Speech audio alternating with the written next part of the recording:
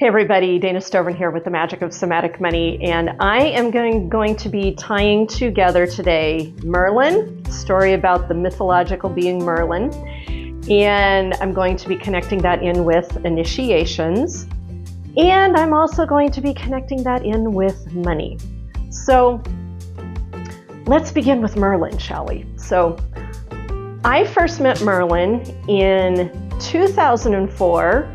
Midtown, Fort Collins, Colorado. I was living in one of those great big huge apartment complex things up on the second floor with the green belt out back. And the first time I met Merlin was there. It was on the green belt, Fort Collins, Colorado, 2004. Major threshold changes were going on in my life at that time, and I will tell you about those in a minute. But the second thing I need to tie in here right at this point are initiations. So in the spiritual community, we talk about initiations being, it's the combustion point of a beginning. It's walking through a gateway into a new time, into a new place. And that was definitely going on for me at that time. So press the pause button on that.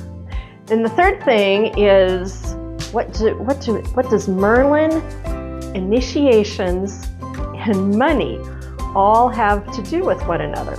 Well, little techie talk about energetics of money. So money, the home of money, is in our second chakra. Yes, we think about money in our brain and we calculate it all up here. But money lives in our second chakra, energetically. Well, second chakra is the home of procreation, co-creation, sex, intimacy. It is the home of partnership, agreement, and exchange, which is the heart and mechanism of money. And when you are working energetically with your money, not just brain space with money, but when you're working with your money energetically with money, emotionally with money, and you are energetically and emotionally present within the partnerships, exchanges, and agreements that you're having with money on a regular, everyday basis, guess what land you are in? You are in the land of your heroine's journey. And I know Joseph Campbell popularized it as hero's journey, but we're breaking out of those models. And so I like to call it heroine's journey, theroine's journey for the LGBTQIA community, and hero's journey.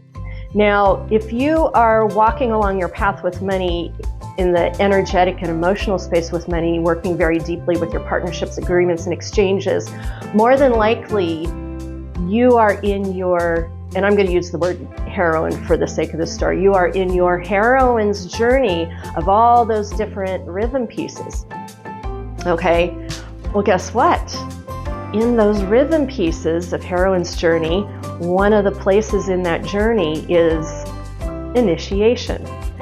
Stepping through new gateways, stepping through new thresholds, into new places. Money totally has that written all over it. So then getting back to Merlin, so at that point in my life, let me tell you what was going on at that point in my life. Merlin showing up at that point in my life was no accident, because in 2001, when the Twin Towers came down on 9/11, where we watched that footage over and over and over and over again, and I did that too. As those Twin Towers were coming down, I felt very viscerally coding, energy, turning on in my body, literally from my feet all the way up through my body, up beyond my head. I did not know it at the time, but at the time, what I was having was a psychic awakening, a psychic activation. All of my latent energetic skills and gifts came to life in that period of time. I literally had a wholesale psychic awakening, psychic light up right around 9/11. It was like somebody went down the boards and went just turned it on all at once. And I went from functioning like a normal adult in the world, and within a matter of weeks, I was walking around and seeing what we call ghosts and talking with them in the copy room and beginning to do channels and psychic readings without even knowing what a psychic reading was.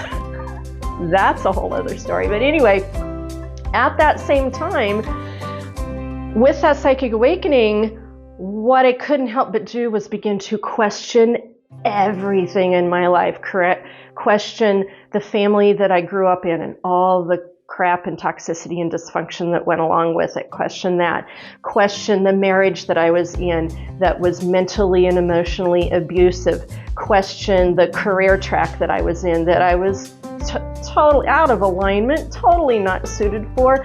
So by the time Merlin showed up in 2004, 2005, on that green belt in Fort Collins, Colorado, it was a prime moment. It was a prime moment of what we call in the spiritual community an initiation.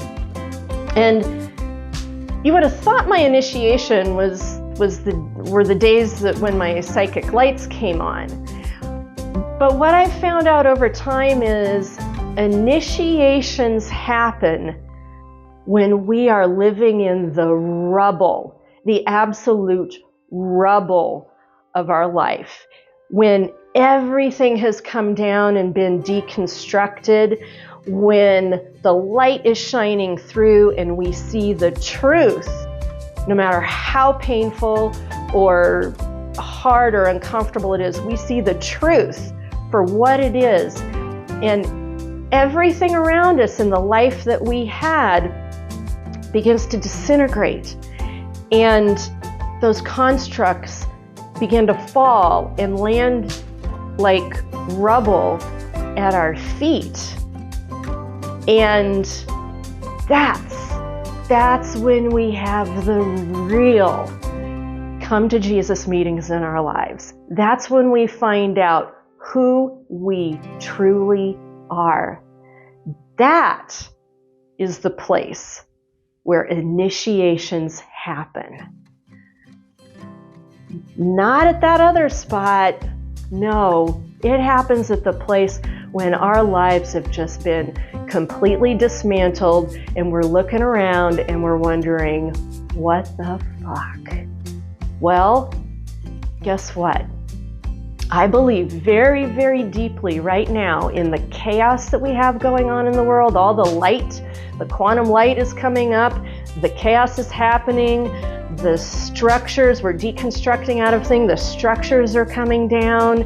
People, we are living in the greatest power of initiation in our entire lives right now, personally and globally. So Merlin showing up at that point in my life, he showed up when my life was in shambles. And he showed up giving me the portal, the vortex, the opening, the gateway for me to make a choice and walk through and do my very personal initiation that set me on the path that I'm on today. Because at that point, I had watched all those people die in the Twin Towers, and I was watching my life just kind of go down the drain with paying the bills.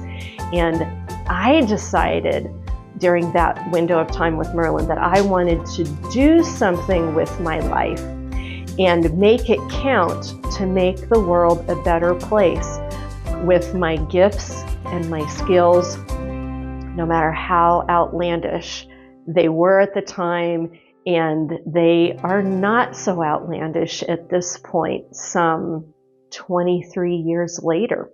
So I'm going to leave that all with you for food for thought. I thought I would be able to fit this into 10 minutes. It's probably going to spill over into another video. The money piece does come into this with initiations. I'll have to go do it in another video, but I'm just going to leave that one with you for now and go tune into part 2 as we keep going here.